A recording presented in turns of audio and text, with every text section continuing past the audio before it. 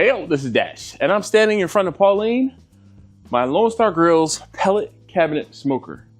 And I'm gonna tell you what it's been like to have and use this thing for about 6 months. Do I like this pellet cooker? Absolutely. Would I buy this pellet cooker again? Yes. And if you are on the fence about ordering one of these things, I highly recommend that you get one for yourself. I thoroughly enjoy this cooker. Get ready.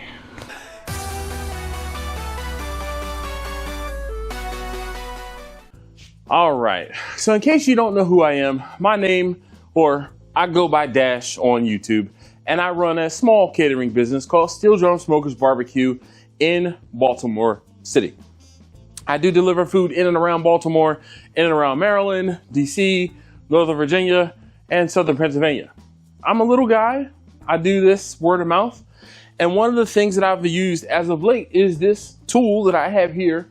And all of my cookers are tools. This tool, not in a bad way, this tool is my new to me, 6 months old, not even cabinet pellet cooker or pellet cabinet cooker. And it has been the perfect, piece of equipment for my catering business. Now, something that some of you guys, and I'm just gonna kind of be talking to you guys for a few moments because there's some of you guys who watch my videos or watch these videos of mine and you don't know 100% my background or things that I do aside from catering. I don't do catering full time. So when people were like, you need to do, I can't do that. I cook and I show videos of my cooks when I have cooks, when I have orders. I'm running a catering business that I'm trying to have take care of itself. The point of me not doing this as a hobby is to not take money out of my mouth or my family's mouth to put into a hobby. The business aspect of this should hopefully take care of itself. So when I don't post a video about me cooking on the pellet cooker or I don't post a video about me catering, it's not for a lack of wanting to do that. It's for a lack of orders. I mean, I don't have orders every single weekend. I don't. Like I said, I'm a small business and I do still have a family and a full-time job and a part-time job and other things, other commitments that I have to do. So catering is something to do when I don't have other things to do, if that makes sense. Anyway, the long and the short of it is, do I like this pellet cooker? Absolutely. Would I buy this pellet cooker again? Yes. Should I have waited as long as I did to order the pellet cooker as I got it? No. I should have been ordered this. I should have been hit Chris up at Lone Star Grillz and placed my order 2 to 3 months before. It wasn't that long because I got in right after they opened up orders, right after the first of the year. But if I could have ordered it a few months or a few weeks earlier, I would have. And if you are on the fence about ordering one of these things, I highly recommend that you get one for yourself. There are a few things that I would change, or knowing now, if I knew then when I was placing my order what I know now. One of the main things, I would have gotten a stainless shelf, and it's not a game changer, it's not a deal breaker. It's just where I live, it's humid, and because of that humidity, the shelf it's flash rusting a little bit. And what I do is I just wipe it down and I put some mineral oil on it, and it seems to nip it in the bud, but it's something that I'm going to have to keep an eye out for, as well as the shelves. I did not opt for the stainless shelves. So what I have been doing is in between every second to third cook, when I'm done and the cooker is still warm, I'll spray some Pam in here.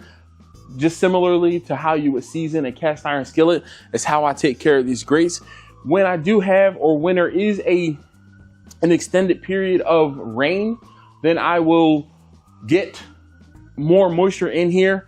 I do run, this is running out of the window, and I am inside of my garage. This garage is 50 feet by 25 feet, and it has 12-foot ceilings, well, at least 12 foot to, sorry. Yeah, I think it's, don't give me the line. I can't remember, but they're pretty high ceilings in here. So there's a lot of space. I do not spend a lot of time in the garage while the cooker is going. I get people who are always concerned, you can't be in the garage while you're cooking. I put the food in and I get out. Or I put the food in, I do what I need to do, and I'm sitting by the garage door, one of the garage doors that's open, and I'm sitting out just outside the garage. So I'm not inhaling or dealing with any fumes from the cooker. The cooker does not put out a lot of like horrid, acrid white smoke. Upon starting it up, and starting it is pretty simple. All the instructions, all the indications say to leave the door closed. I know it goes against anyone and everything you know. If you have a pellet cooker that always tells you to open up the door, the instructions when you fire this up tell you to leave the door closed. Press the button, turn it on, press the dial, set your temperature. Bob's your uncle. Walk away for a half an hour or so, come back, you will be close to temperature, if not at temperature, depending on the ambient air temperature. And then you can start your cook. You can put your food on, you can do what you need to do. Usually when I'm starting the cooker, I start seasoning my food. I'm not a real big person that I don't like to season my food ahead of time, just because it's just how I cook. So I usually start the cooker, start my seasoning, do what I need to do, prep the food for whatever's going into the cooker. And then by the time I finish doing my prep for my cook, the cooker is ready to go. I get my food on, just obviously monitor everything. Now, as far as problems, I have had some problems. The problems were not to the point where I'm like, oh my gosh, I'm sending this thing back. The problems were inexperience by me and not knowing. The main thing that I had a problem was, and I saw someone report this or talk about this there is a Facebook page for Lone Star Grillz Pellet cooker owners, I think it is. And there was a person that said that he couldn't get the temperature above whatever the temperature was. And I said, hey, make sure you're not in cold smoke mode. And when you press the dial to turn power, the Fireboard controller on, there's a message that says press knob to ignite. But if you turn it, it says turn knob for more options. When you turn the knob to the left, it says press knob to cold smoke. If you have it in that cold smoke mode, ask me how I know. It will not do anything but cold smoke. And then when you turn it on again, it'll still be in the last mode that it was in. When I turned mine on initially, I put it into the cold smoke mode. And I turned it on, and you set the temperature, and what it does is it ramps up to that temperature, and then it just falls off and starts to cool. You turn it back on, turn it off, turn it back on, it goes up to that set temperature and then falls off and starts going into a cooling mode. Well, I did that 2 or 3 times before I reached out to my buddy Ricer. If you don't know Ricer, Deadbrook Barbecue. I was gonna say of Wisconsin, but he's just Deadbrook Barbecue. And he's had a Lone Star Grillz pellet cooker for quite a while. And he said, make sure you turn everything off, reset everything, and make sure you're in just the cook mode and not the cold smoke mode. Bam, there I was. So again, turn the knob. When you turn it to the left, it'll put you in the cold smoke mode. You turn it to the right, it'll say press knob to ignite. That is the regular cooking mode. You press the button to ignite. You set your temperature. Let's say I'm gonna set this for 250. Okay. Now the cooker is making some noise, and I want you guys to hear it's not all that loud. Well,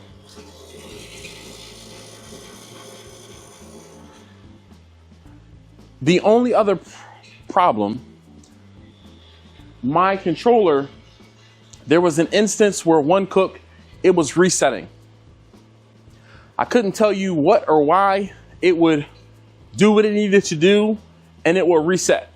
It would do what it needed to do, and it would just reset. And the reset would take 10 to 15 seconds, where the screen would go blank, where I couldn't see anything on the screen.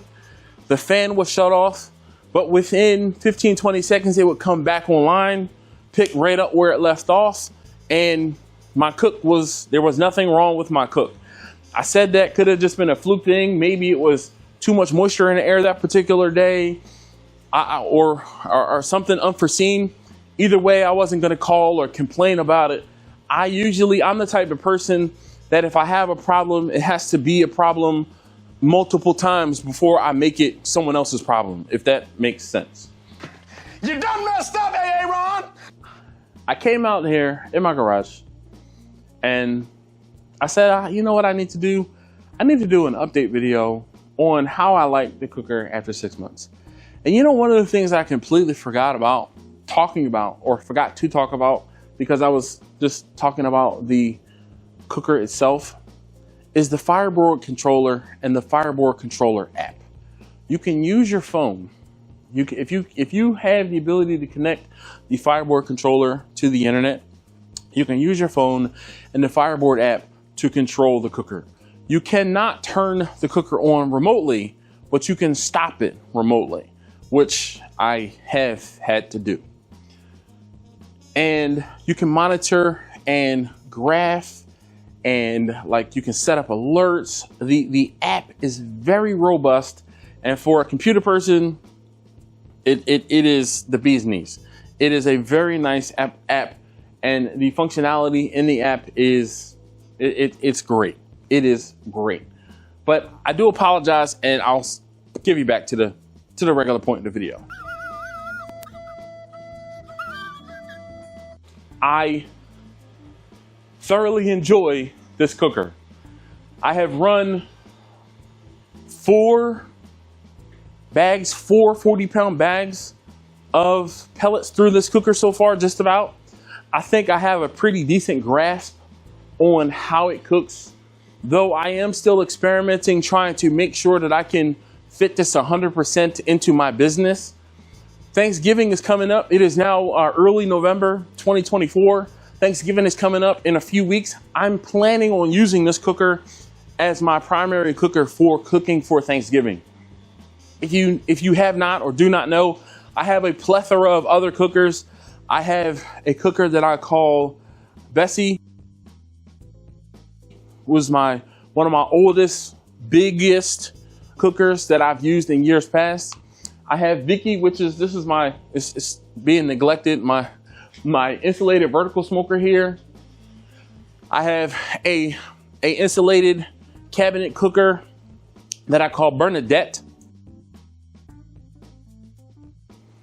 Bernadette also is being neglected right now because I have a new shiny, toy, and I've been cooking pretty much exclusively on this, aside from when I'm cooking for my family and cooking smaller things, and I'm cooking on the side of my house where I have a few different smaller cookers that I use primarily for really small events or for cooking for my family. When I have a big enough event or enough call for me to use the cabinet cooker, I try to, but it doesn't always. A cook on this cooker is not always warranted. And one of the main reasons I say that is because it feels like from the people who are watching these videos and only want to see me use this cooker, they don't realize I have other tools, I have other cookers to use or at my disposal to use to take care of and satisfy different events or different things. And then I also get people who sometimes say, why did you use that cooker when you should have used another one of your cookers? You should have used another one of your grills. Well, at this time, I'm trying to get to know this one. So I've been trying to force and cook on this cooker when I have the need to, or I'm gonna say the want, but when it's warranted is when I'm trying to use this cooker. But I'm not gonna go out of my way to cook, 10, if I have an order for 10 wings or 1 rack of ribs or 2 racks of ribs, I'm not gonna put that 2 rack of ribs on this cooker when I can cook those ribs on my Traeger on the side of my house. If I did some wings on here recently for my family, and that was one of the first times or one of the times that I cooked exclusively for my family on this cooker. I want to say I have a rule where I pretty much try and cook on this cooker for business purposes. I used it to cook wings on because I wanted to try to see how the wings would be cooked on this cooker so that I could know what I was getting into when I was needing to do a customer cook for wings. I hope that makes sense. And I know this video is a little bit rambly, and for those of you guys who are, you know, here because of me and my personality, and you're here because you like how I do different things, and I'll be honest with you, I'm not the guy to follow for recipes. I'm not the guy to follow if you want to be told exactly how to do everything that you want to do. I'm the guy that you follow if you want to see a buddy of yours doing a cook, and I'm just bringing you along like, hey, come on over, sit with me while I'm doing my thing for my small business, okay? That's more or less how I do my videos, how I feel my style is, if you will. Again, I'm not going to be that person that's going to give you a detailed recipe. I'm not going to tell you to the, you know, 1/4 teaspoon, 1/8 teaspoon of what I put in my seasonings. That's not what I'm going to do. I have built my business, and there are certain things that are, you know, I try to keep near and dear to me because it's my business that I can't necessarily disclose to everyone. But as far as me saying, hey, come along while I slice up this brisket, this is how I do this for this particular catering. You know, if you're with that, then please, you know, stay, join me, or continue to join me as I grow my small business. I say all of that to say I'm really appreciative for those of you guys who are following along who followed along because of the purchase of this cooker, who are following along with my business, my progress in my business. I'm very grateful for those of you guys who offer comments and suggestions, and you know, you offer, I won't say advice, but you offer opinions, good and bad, criticism, positive and negative. I mean, I know I don't do what I'm doing to everyone's favorite specification, and I know things that I do are different from how you do it, but there's more than one way to skin a cat, as my mom always told me as a kid. So I'm an outside the box thinker, and I just get stuff done. I'm pretty practical, and I think outside the box, just like I said. And if a problem arises, I will figure out a way to get around it. So, but you know, in case you didn't see or missed that video where I talked about why I call this Pauline, I tell you, this cooker has been the easiest, nicest, and gentlest cooker as far as learning how it works. It reminds me of how my grandmother was. My grandmother's name was Pauline, and that's why I don this one Pauline. I have no other complaints about this cooker. I am still learning, as you can see, as I go, and I hope that you will join me on my journey with my pellet cabinet cooker. I just want to take a moment and thank Chris for, you know, working with me with this cooker. Thank you guys who have been watching and will continue to watch. So with that being said, I'll just, you know, I won't say step out of the frame, but give you guys a good look at it. And if you haven't already seen some of the older videos or the videos I posted with this, I'll post a playlist of the videos so far on this cooker. But I'm going to shut it down and go ahead in the house and get this video ready to be uploaded for tomorrow. So this is Monday night. You guys will see this on Tuesday. So thank you guys so very much again, as always, for watching. If you have any suggestions or things that you would like to see me cook, I can't guarantee I'll get those done because again, I'm trying to, they have to fit into my schedule as far as catering. But if there's something on the to-do list, I can try to get it done. I just can't make any promises as of yet. So thanks again, as always, for watching. Please, if you have any comments, questions, concerns, leave them down below in the comments, and hit that thumbs up. And obviously, please subscribe. I'd appreciate it. This thing is so effortless every time I use it. Whoa. Y'all see the spider? Charlotte. She's coming to hang out. All right. Anyway, I'm gone. More butter, baby.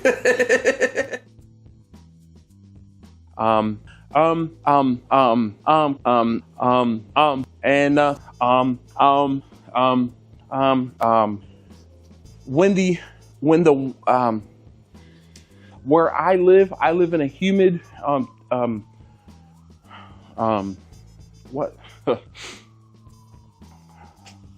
what is the word that I'm thinking of?